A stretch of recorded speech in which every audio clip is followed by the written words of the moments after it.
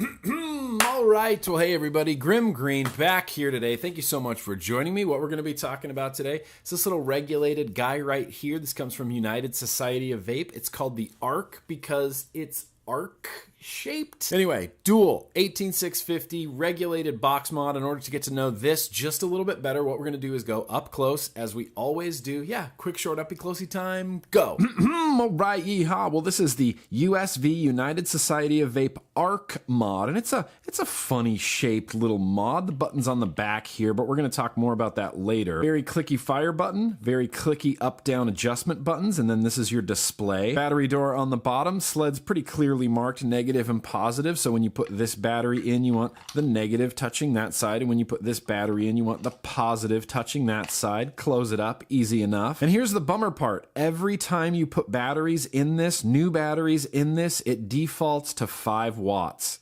every time. I'm going to attach this Fireluke mesh here. We're going to adjust the wattage up to where I normally vape it, which is around 60 watts. And what's great about this interface is as soon as you get to 10 watts, it starts adjusting in 1 watt increments, thankfully. So let's say I'm rocking this Fireluke mesh at 65 watts. I have the tank on there still, and I go, oh, look, I need to change my batteries. So I pull this out, batteries come out, batteries go back in, turns back on. Where's it going to go? Defaults to 5 watts. Every time you put your batteries in, you have to readjust your wattage, and that fucking sucks. And as you go through different powers, the color's gonna change. You get up here into the yellow area. It's kind of like, what are you doing? That's a 0.17 at 96 watts. You know that, right? As soon as you get into the hundreds, it's gonna start turning orange and being like, seriously? You're gonna rock a 0.17 at 131 watts? When you get too far out of the range, it's like, yellow, finally red. It's like, okay, you have a 0.17. Why you have it at 227 watts? Red. Don't do that. So like I said, I like to rock this at 65 watts. It turns a nice shade of welcoming blue. Like, yes, this is fine. 3 clicks on the power button gets you through all of the menus that you need to. 1, 2, 3, and you can switch it into temperature control mode for nickel, titanium, or stainless steel. If you want to switch it to titanium, you hold both of these right here, switches over to titanium. Push these right here, switches over to stainless steel. 1, 2, 3 puts you in bypass mode, which is at default 240 watts. I haven't been able to use any topper currently built right now at this bypass mode because 240 watts? Yeah, dude, it's a lot. It's honestly too much, and that's why I don't use bypass mode on this. Then 3 more gets you back to power. Now down here you have this. You see this? NES. What's that? Well, these are different power profiles on here, which I've never used. N stands for normal, E stands for eco, and S stands for sport. Vaping with all of these, I have not noticed a difference in anything. Battery life, power, voltage, anything. But if you really want to and you want to switch over to sport mode, you'd hold these, it's going to go to eco. You hold these, it's going to go to sport. You hold these, it's going to go back to normal. I just rock this in wattage mode on normal, and it's fine. I don't know what the point of eco mode is, and I don't know what the point of sport mode is. I can't find that information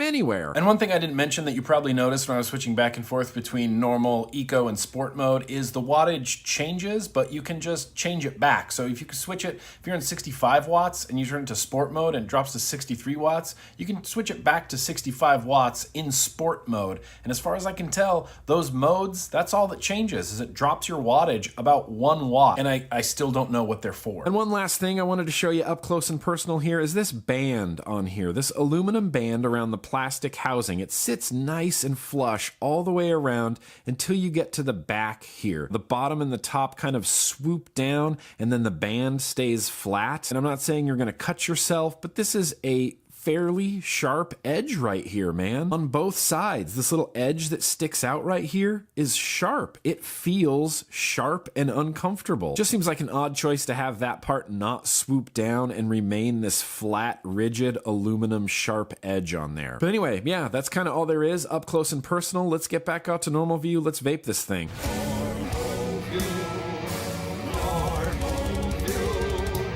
So yeah, there's not a whole hell of a lot to see up close and personal. One of the things that confused me, and I'm sure is confusing a lot of people, is that button placement. That button placement on the back seems weird at first, doesn't it? Because we're used to holding our mods like this, and then we'd have either like maybe a fire button here, maybe a fire button here as well, so you can hit it with your thumb or your finger. This mod is actually very comfortable to hold. I kind of just put it on my fingers like this, and then I use my thumb on the back to press the button. And sometimes, not often, but sometimes I will put a pinky in this area right here underneath to kind of give it a little bit more support. Just as comfortable in the left hand as it is in the right hand.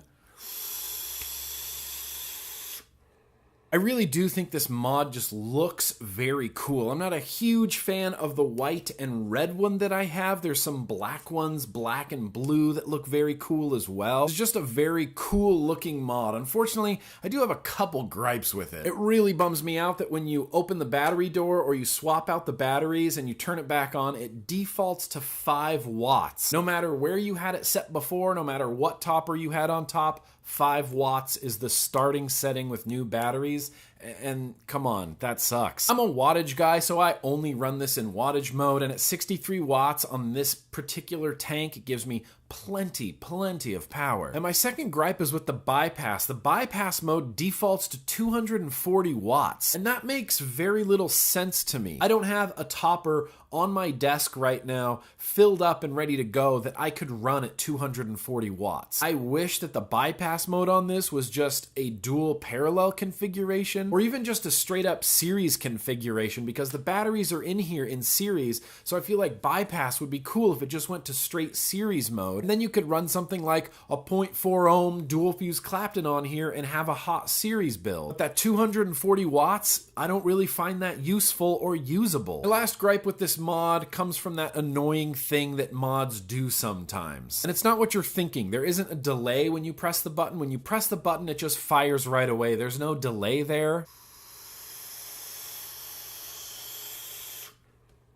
What happens is when your mod goes to sleep after a few minutes, if I set it on my desk and I'm fiddling on my iPhone, double tapping some IGs, and then I go to pick it back up again and I press the button to vape, it doesn't vape. You have to click the button to power it back on, and then you can vape. And I find that incredibly annoying. So even though this mod is one of the coolest looking mods I've used, one of the most comfortable mods, even with the button on the back, it's just very comfortable to hold. The board defaulting to 5 watts when you take the batteries out, and then having to turn it back on every time it goes to sleep before you can vape. Those are two really big bummers that make me enjoy this mod a lot less. I will say the display on it is very nice. It's big, it's colorful, it's bright, it tells you everything you need to know, and it's just overall really nice display to have on there. Now you're kind of going to need your vape budget hands if you're taking a look at this mod. I found them on the United Society of Vape webpage for about $80. Now I know that cost and value are always in the eye of the consumer, and if this mod was free from the issues that I have with it, I could easily see paying $80 for a mod that is this well built and looks this cool. But because I have those complaints about it, I can't really justify spending $80 on something